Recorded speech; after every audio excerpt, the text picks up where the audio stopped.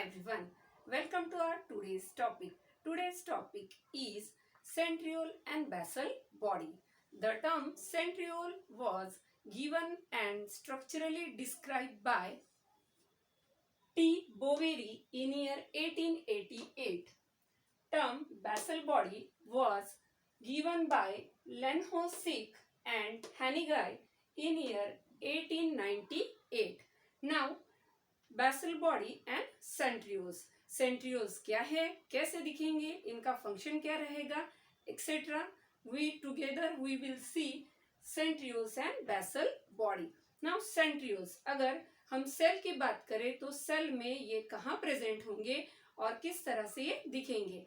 Definition of centrioles. Centrioles are paired barrel shaped organelles located in the cytoplasm near the nuclear envelope. Means, suppose if we draw a cell, this is nucleus,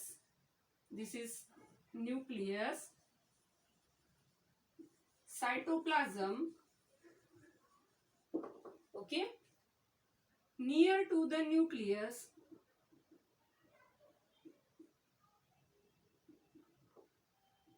paired barrel-shaped organelle near to nuclear envelope present known as centrioles.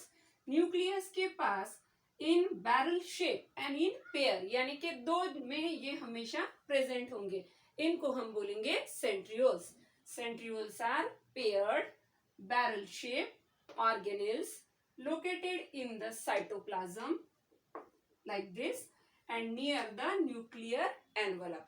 This is the definition of centrioles. अब ये जो centrioles है, they will be present in animal cells and in some lower plant cells, but they will be totally absent in case of higher plants and mature RBCs. Okay, mammalian की जो RBCs होगी इनमें ये नहीं present होंगे.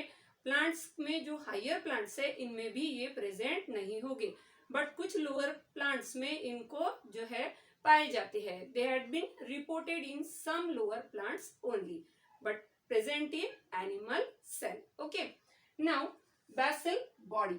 क्या है basal bodies? Centrioles को अगर मॉडिफाई कर दिया जाए तो वही है basal bodies. Basal bodies are modified centrioles that give rise to cilia and flagella. जिन जिन सेल्स में सीलिया और फ्लैजेला होंगे. अब सीलिया और फ्लैजेला क्या है? जैसे सपोज अगर हम पैरामेशियम को देखें तो पैरामेशियम के थ्रू आउट बॉडी स्ट्रक्चर, जो पैरामेशियम के थ्रू आउट बॉडी स्ट्रक्चर जो प्रेजेंट है, दीज आर नोन एज सीलिया. इनको क्या बोलेंगे? सीलिया. ओके, और अगर हम फ्लैजेला की बात करें तो if we draw a sperm cell तो this is known as flagella. तो this basal bodies are nothing but modified centrioles that give rise to cilia and flagella.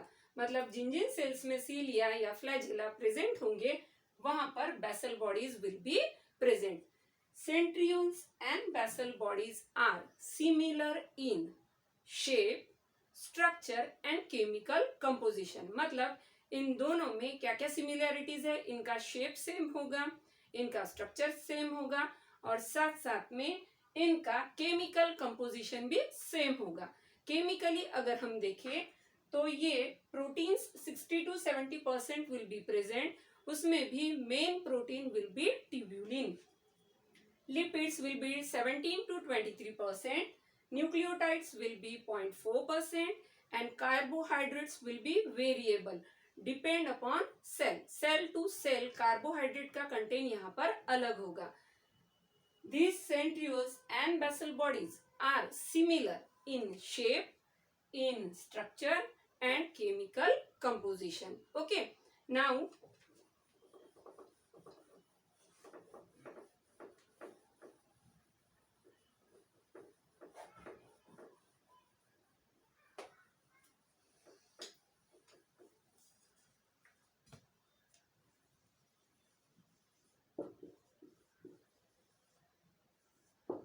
Now what is meant by centrosome?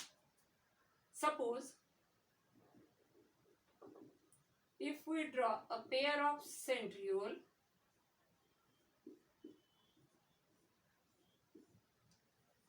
these are centriole, single centriole, together centrioles.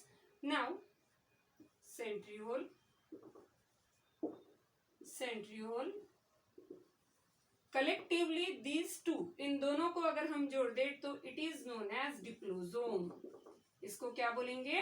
डिप्लोजोम. Centrioles are here continued with the tubulin structure which is microtubules. ये जो structure आपको दिखाई दे रहा है, this is known as microtubule. And these centrioles are surrounded by transparent cytoplasmic structure. यानी ये जो दो सेंट्रियोल है, देखो ये जो सेंट्रियोल है ये परपेंडिकुलर टू ईच अदर रहते हैं. यानी एक अगर यहाँ प्रेजेंट है तो दूसरा जो है इस तरह से वो परपेंडिकुलर प्रेजेंट होगा. नाउ ये जो सेंट्रियोल्स है इनके जो कंटिन्यूड स्ट्रक्चर है, these are known as microtubules.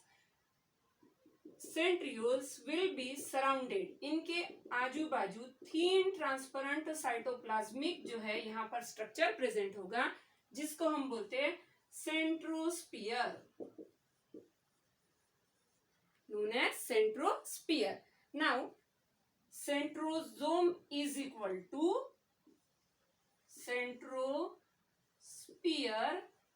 Plus centriole. मतलब सेंट्रोसोम अगर हमको बोलना है तो हम कैसे बोलेंगे? Centrosome is equal to centrosphere plus centriole. ये सेंट्रोस्पियर का स्ट्रक्चर और ये दो सेंट्रियोल यानी pair of centriole plus this transparent thin cytoplasmic area. इन दोनों को मिलकर हम वर्ड क्या बोलेंगे? सेंट्रोसोम.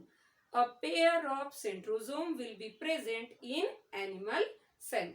नाउ अब हम देखने वाले हैं structure of centrosome and centrioles.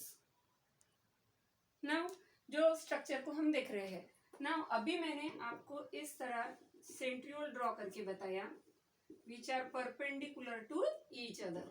ये जो सेंट्रियोल है ये हमारे जो परपेंडिकुलर रहते हैं एक दूसरे को, मैंने आपको बताया दीज आर माइक्रोट्यूब्यूल्स. ये क्या है? माइक्रोट्यूब्यूल्स. अब हम अगर इनके स्ट्रक्चर को देखें तो माइक्रोट्यूब्यूल्स हमको किस तरह से दिखेंगे? these microtubules which are hollow cylindrical in shape, these will look like, these are made up of 3 subunit A, B और C. ये पूरे कैसे बने होते हैं? 3 सबयूनिट से, जिनको हम बोलेंगे A, B, C.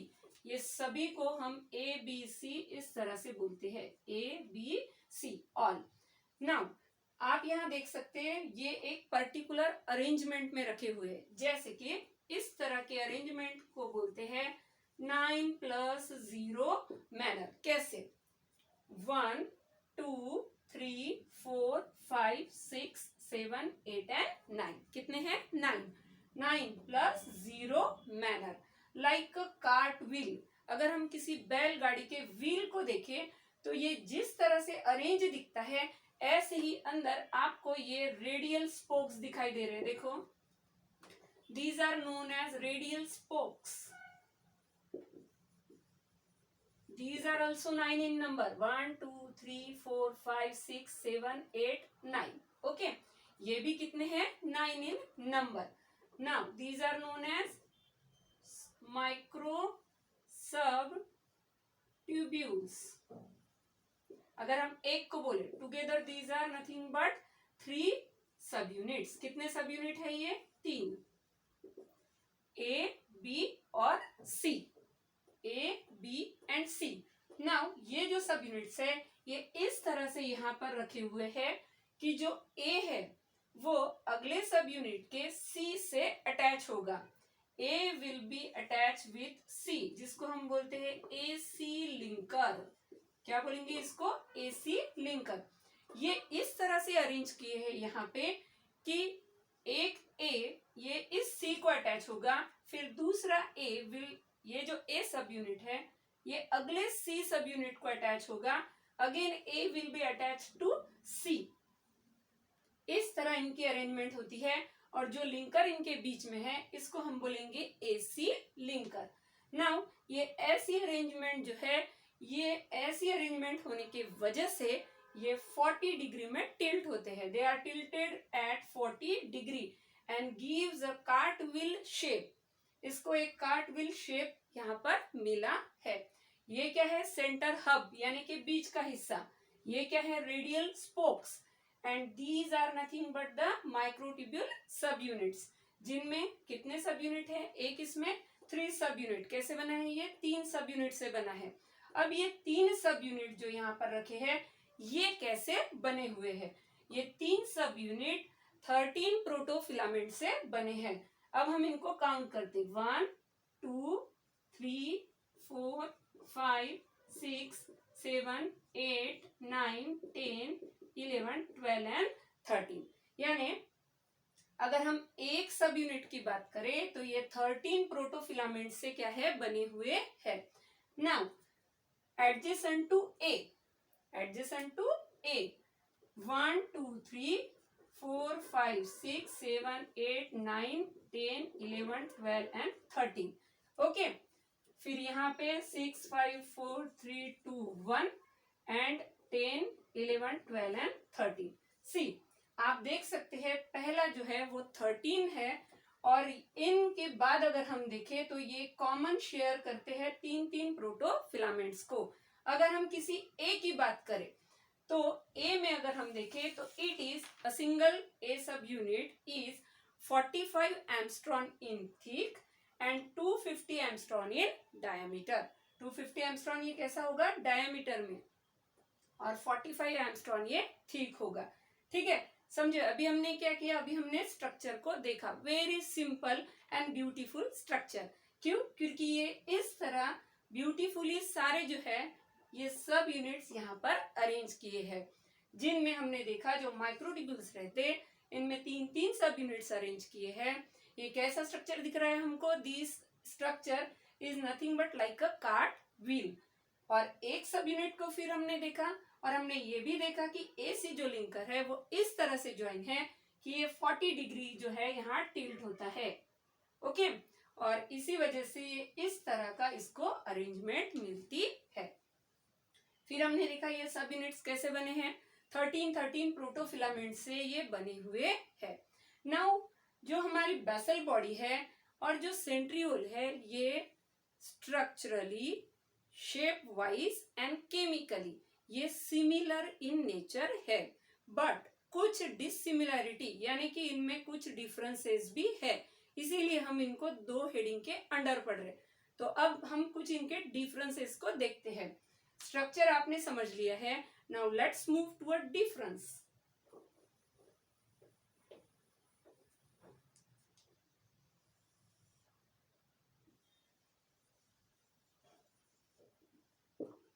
Centriole, basal body. Okay, now सबसे पहले हम देखेंगे ये लोकेट कहाँ होती है, यानी जो सेंट्रियोल्स है ये सेल में कहाँ होते हैं। हमने पहले ही देखा centriole will be present in cytoplasm near nucleus. ये कहाँ पर प्रेजेंट है? न्यूक्लियस के पास, यानी न्यूक्लियर मेम्ब्रेन के पास ये प्रेजेंट होते हैं। न्यूक्लियर मेम्ब्रेन भी यहाँ हम लिख लेते। ओके, अब ये कहाँ लोकेट होंगे? ये जो है ये सरफेस, सेल के सरफेस एरिया पर लोकेट होते हैं। ओके, नाउ नंबर 2, ये किस तरह से रहेंगे? They will be always present in pair. Basal body इस तरह ऐसे पेयर में नहीं, बट नंबर अगर हम देखें तो ये ज्यादा होते हैं। They will be in present in pair, और ये कैसे रहेंगे? दे विल बी यहाँ more in number as compare to centriole, more in number. Centriole से ये इनका नंबर कैसा रहेगा? ज्यादा। देखो बेसल बॉडी क्या है? बेसल बॉडी ये सेंट्रियोल का मॉडिफाइड स्ट्रक्चर है, लेकिन 2 हेडिंग हमने क्यों दी? क्योंकि इनमें कुछ ना कुछ डिफरेंसेस है। हम इन डिफरेंसेस को ही अच्छे से देख रहे हैं। ये कैसे प्रेजेंट है? पेयर में। ये कैसे रहेंगे? They will be more in number. और अगर हम इनके जो है साइज की बात करें तो ये 0.3 to 0.5 माइक्रोमीटर रहते हैं, तभी ये बेसल बॉडी 300 to 500 माइक्रोमीटर रहती है, यानी कि साइज में बहुत चेंज है। बेसल बॉडी जो है ये किससे एसोसिएटेड रहती है? सीलिया और फ्लैजेला से। Not associated, they are not associated with cilia and flagella, but basal body क्या रहेगी? ये फ्लैजेला और सीलिया से एसोसिएटेड रहेगी, associated with cilia and flagella. मैंने अभी आपको बताया, अगर हम पैरामेशियम की बात करें तो थ्रू आउट बॉडी पर जो स्ट्रक्चर प्रेजेंट है उसको क्या बोलते हैं? सीलिया। और फ्लैजेला, जैसे कि मैंने आपको एक स्पर्म सेल अभी ड्रॉ करके दिखाई थी। ओके, नाउ अगर हम फंक्शन की बात करें तो फंक्शनली ये एक दूसरे से किस तरह से डिफरेंट है। अब फंक्शन को जो है हम डिटेल में देखते हैं कि ये कैसे डिफरेंट है।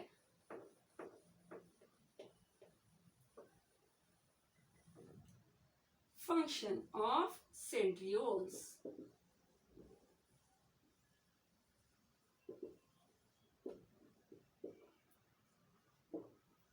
Functionally, centrioles will help the cell in formation of spindle fibers and esters during cell division. यानी spindle formation, spindle fiber during cell division.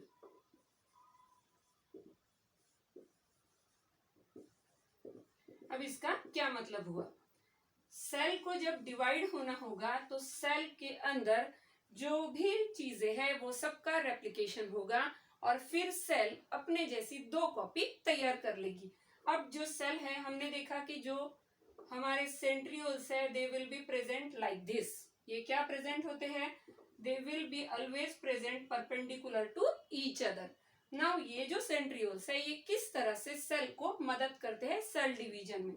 Cell division में स्पिंडल फाइबर्स बनते हैं। ये जो स्ट्रक्चर आपको दिखाई दे रहा है, these are known as spindle fibres and these are known as asters.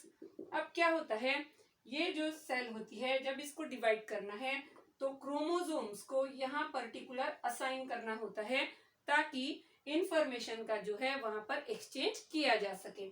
अब जब ये इंफॉर्मेशन, जब सेल डिवाइड होगी और ये इंफॉर्मेशन का एक्सचेंज होगा तो इन क्रोमोसोम्स को प्रॉपर प्लेट पर यहाँ पर असाइन करने के लिए स्पिंडल्स का बनना जरूरी है। स्पिंडल्स यानी थ्रेड लाइक फाइबर।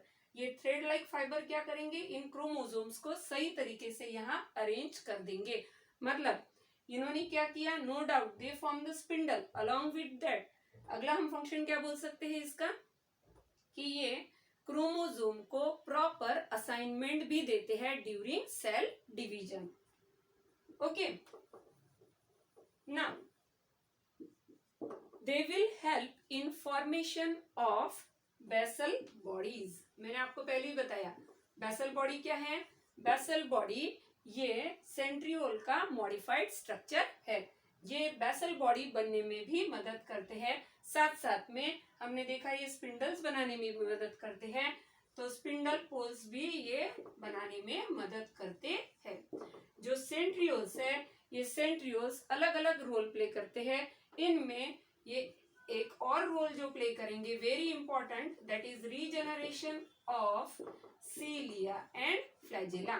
सीलिया और फ्लैजेला के रीजनरेशन में भी ये मदद करते हैं।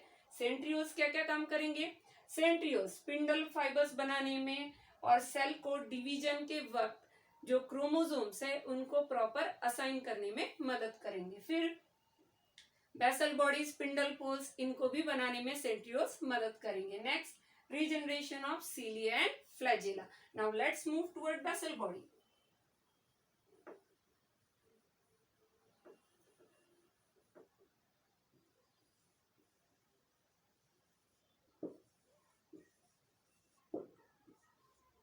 Basal body helps in formation of cilia and flagella। Basal body क्या करेंगी? सीलिया और फ्लैजेला को बनने में मदद करेगी। ओके, और दूसरा जो क्या है, तो they will control the movement of cilia and flagella. Cilia और फ्लैजिला की मूवमेंट को कंट्रोल करने का भी ये काम करती है। बेसल बॉडी क्या क्या काम करेगी? ये फॉर्मेशन में मदद करेगी, तो उनके कंट्रोल में भी मदद करेगी। ओके, आज हमने क्या क्या देखा? आज हमने देखा सेंट्रियोल एंड बेसल बॉडी, दोनों भी स्ट्रक्चरली फंक्शनली डिफरेंट लेकिन स्ट्रक्चरली सिमिलर है। साथ साथ में इनका केमिकल कंपोजिशन क्या है? केमिकल कंपोजिशन सेम है, स्ट्रक्चर सेम है और शेप भी सेम है, बट कुछ उनके डिफरेंसेस है जिनको हमने दो अलग कैटेगरी में डिवाइड करके डिफरेंस बिटवीन में देख लिया।